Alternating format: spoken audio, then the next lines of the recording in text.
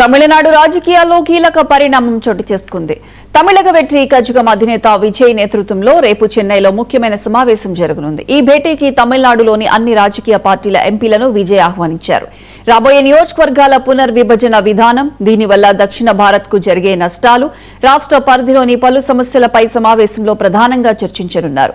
గత అసెంబ్లీ ఎన్నికల్లో అధికారం చేజిక్కించుకున్న విజయ్ వ్యూహాత్మకంగా ఈ అడుగులు వేస్తున్నట్లు కనిపిస్తోంది. పార్టీని విస్తరించడంతో పాటు ప్రజా సమస్యలపై గళం విప్పేందుకు ఈ సమావేశాన్ని వేదికగా చేసుకోవాలని టీవీకే వర్గాలు భావిస్తున్నాయి.